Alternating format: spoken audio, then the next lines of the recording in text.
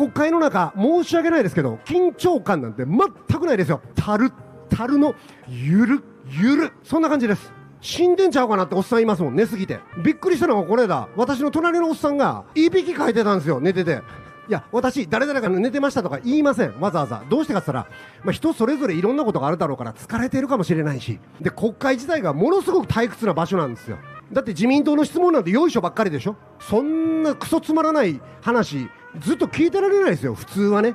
私は寝ませんよ。けれども、それぐらいひどい現場だってことですよ。あの中に緊張感を作り出すためには何が必要かって言ったら、見られてるんだっていう緊張感。これがまず必要だってことですね。そこからも変わっていくだろうと。